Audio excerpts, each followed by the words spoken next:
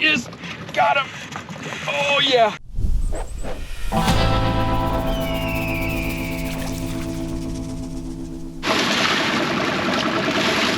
Bait saver with some rock salt.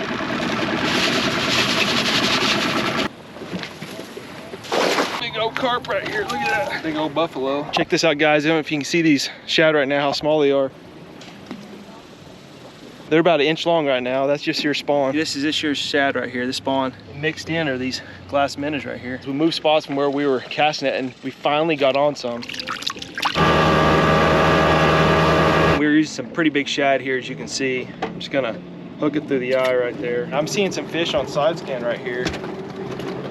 We're in 16 foot of water. I'm seeing some good marks. I think these are hybrid marks, looks like. Oh, here's one, guys. Oh, miss it. Only thing he left me was the eyeball right there. Got one, guys. We are all over him. Look at this side scan, guys. That is what you're talking about, guys. Tons of fish. Sonar's incredible. Oh, good first fish, man. Oh, there's one buried. Oh, yeah, let it go. So it's been about a week since we've been out here. Oh, he's already on it, guys. Oh, he dropped it. They can't get in their mouths. His shad's too big. So it's been about a week. There he is. Got him. Oh, yeah. So it's been a week since we've been out here. The only thing that's changed, guys, if you've seen our last few videos, it hasn't rained for a week, week and a half, so things are starting to settle down. Man, incredible. He hit it again, hit it again. They're hitting, looks like almost dead bait, so I bet you anything, you can throw a slab down there, do some damage. Look at this tank right here, man. I bet he's 25 inches, 25.5 inches. But when you're looking for hybrid bass, most of the time, the ones that we find that bite are on bottom like this. Typically, that's a good hybrid bass mark right there. Just on bottom. Oh, there he is right here. Just like that, guys. On bottom like that, they hug that bottom. I'm trying to feel my reel this big old fish. Oh, man. We're on Fort Cobb Lake in Oklahoma.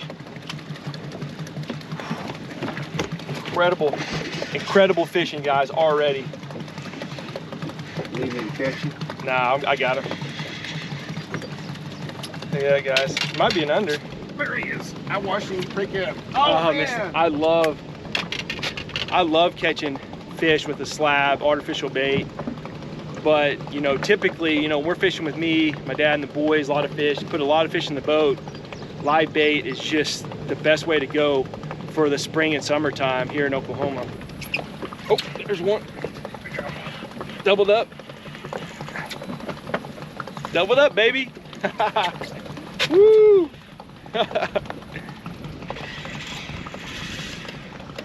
Oh boy.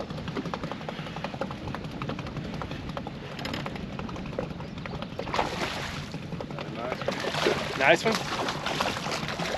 Oh, boy, this one's fighting way in front of the boat.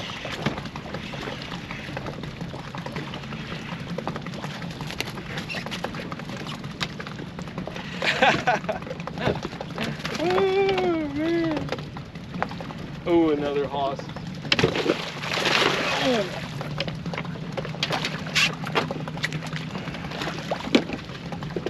Oh man. Whew. did you get that pair of pliers? Put it somewhere. Yeah, right here, man. Huh? Thank you. Oh.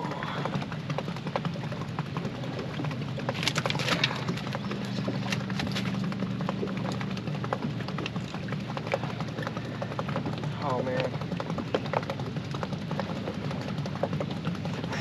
Wow. Sometimes the video doesn't do it justice. Man, how large and thick these fish are. Just how wide. Look how wide their bodies are. Really, really wide fish. Oh, buried. Buried. Ah.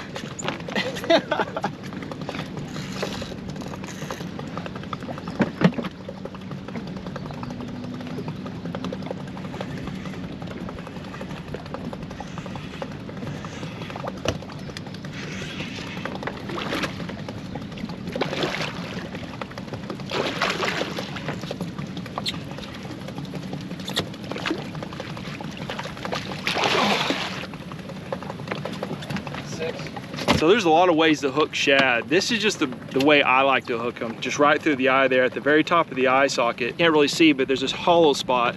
You kind of feed it through there and it come out the other side right there. And typically it doesn't do much damage to them. They usually stay alive for quite some time. Oh, dude, I can't even. I'm literally trying to wash out this boat. Trying to wash that out. Can't even do it because the pole's going down. That's a good thing. Ooh, look at that. So typically what we do, 2 cranks. Once it's on bottom, 1, 2. And that's about 3 foot off bottom. Look at that right there. Oh, you dropped it. Really hot today, 95 today, with a lot of humidity. You know, we're truly, you know, end of July here. There he is. I was bouncing off bottom. Woo. I was bouncing off bottom, man. Wow, he just dripped off 20 yards of drag and more. I was bouncing the lead off bottom. Typically, you know, we do 2 up, and most often that's your best bet. Occasionally, when you're looking for them, if you want to mix it up, you know, take that lead, bounce it off the bottom a little bit, just slightly, not jerk a lot, just kind of gives a little bit of movement. I think sometimes you pass by fish that don't want to hit, and you kind of, these hybrid bass are so mean. I think it just kind of makes them mad, and they just hit it. And this is a nice fish, man. Look at that bad boy, how thick he is.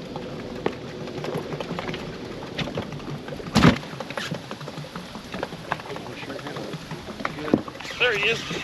Oh, oh, he dropped it. So I've got this is about a 2 foot leader here. Typically, you know, 2 foot, 3 foot, you know, typically we do fine with 2 foot with hybrid bass. Some people do longer. Not many people do shorter, but I think with a shorter leader, sometimes your bait may not swim around as much, and sometimes you can, you know, if a fish takes it, if you've got a longer leader and it's here, your fish is swimming, it's a little bit longer before, you know, you really know you have a fish. So I think it depends on the lake you're at, species you're at, whether you go a 2 foot, 1.5 foot, 3 foot, just kind of play with it. So as I'm going here, I'm looking on side scan, and look what I just saw on side scan. To the right of the boat, I saw all that, so that's exactly where I'm going, to the right over there. The cast, you know, that he... There we go. Oh, he popped off. I don't know. Oh, man. There he is. Oh, oh. You got a bite too. Oh, yeah, baby. You got it? Yep. Oh, look at this. Is this a little hybrid? Little guy. Guys, this is the smallest one we have caught in a long time. We have caught literally nothing but overs. We caught 1 under today. This would be the second. Fort Cobb Lake in Oklahoma, man, I'm telling you what, this year we have been catching 25 incher after 25 incher. So every now and then it's really good to take a file, you know, sharpen your hook. These big old fish like this have hard mouths and really dull these out. Today, we're not missing fish because of hooks, just they're not getting their baits in their mouths. We probably missed 12, 15 fish. Now I just had bites, but actually had them on. Man, we've been on a drought, guys. It just kind of shut off. We got out here really late, like I mentioned, and you know, where we only had a few hours to fish, really we only had a few hours to catch our bait and fish. And so the sun's already kind of setting. We should have been here for that 3:30 bite, man, because as soon as we were here, man, they were hitting.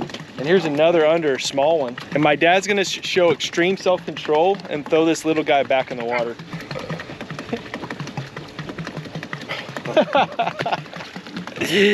Doesn't happen very often. We gotta get on camera. So we are on our 5th and final spot, and I'm gonna take you through again kind of this screen. We just got off plane here. There's a ton of action on the left and right of side scan. Those are really good marks right there, guys. Now I'm gonna kind of turn, side scan, a lot of stuff going on in here. A lot of bait fish, a lot of fish right here. Those are good marks. It looks like most everything's in 14 foot, so I'm just moving the boat here. We're just kind of turning this way. Now those little stuff right there, that's bait. That bigger stuff, now that's what we're looking for. Those are big hybrid right there. So this is gonna be our last spot, so we're just gonna kind of take our time to find them, and then we're gonna let her rip. So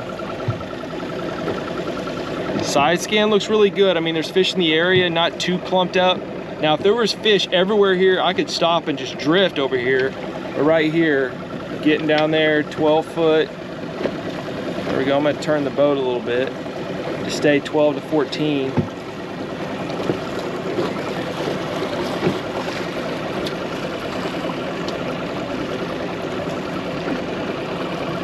Looks like over here to our left, there's a lot. You know, that's over there, about 8 foot of water. They may be up there feeding since it's toward dark. There's some good marks. There's some good marks, guys, right there. There we go. So right here, I'm probably gonna stop. I got some activity over here. Look at this, guys. Got a lot of stuff over here. These are probably fish moving. They're feeding over here, you know, to our left side of the boat right here. And we're just gonna set out here since there's so many fish in the area, and we're gonna put the trolling motor down and really start fine tuning this area. There's another good mark in 16 foot right there. So let's put the trolling motor down. There he is. Oh, there we go, guys. Just like that, man, we are on. This goes to show, man, you do not sit around. You can't wait, you know, for the fish to bite all these spots. This is our 5th spot here in a few hours. And man, we're really close to where we originally started off from the day. And it don't take them long, man. Here in a minute, they're already hitting.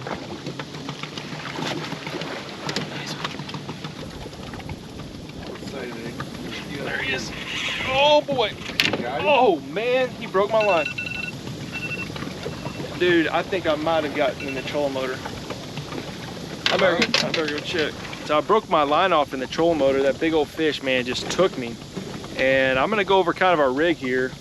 I'm just using a 1 ounce leg sinker right here. Feed that through there. Now next, I've got this is a rubber stopper. You can use a bead. This is rubber. You know, a lot of people use this for catfishing or in different kinds of species. And that just protects your knot from always, you know, that egg sinker is always gonna go up and down like this constantly, you know, back and forth, and that protects your knot. So it's real important to put a bead there or something there to protect your knot. Next, just a little swivel here. Here's a 3/0 octopus circle.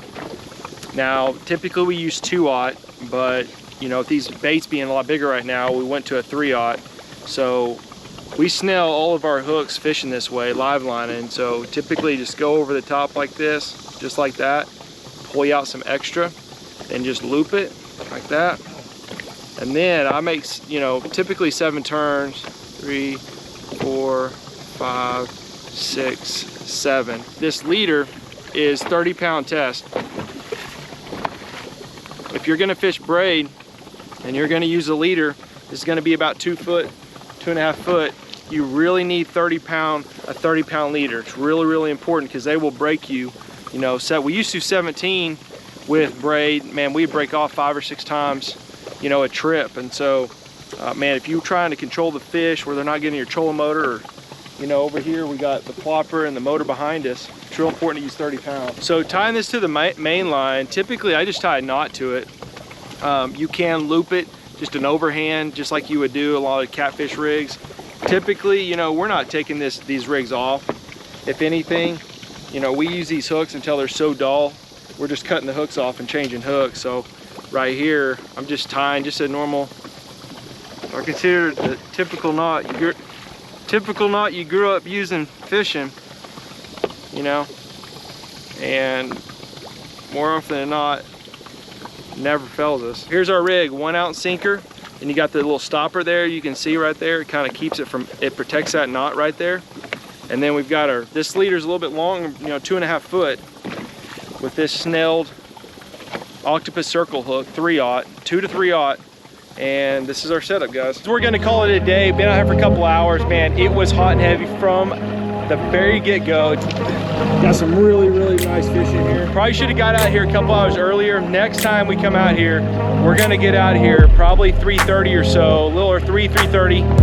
A little bit earlier to get that earlier bite. Man, once the sun was setting, it just seemed like the bite was very inconsistent. They weren't staying around us. But hope you guys like this video. Hope you like our tips and tricks, guys. We really appreciate you guys following us. If you like this video, please sub to the Boone Boys, and we'll see you out here soon.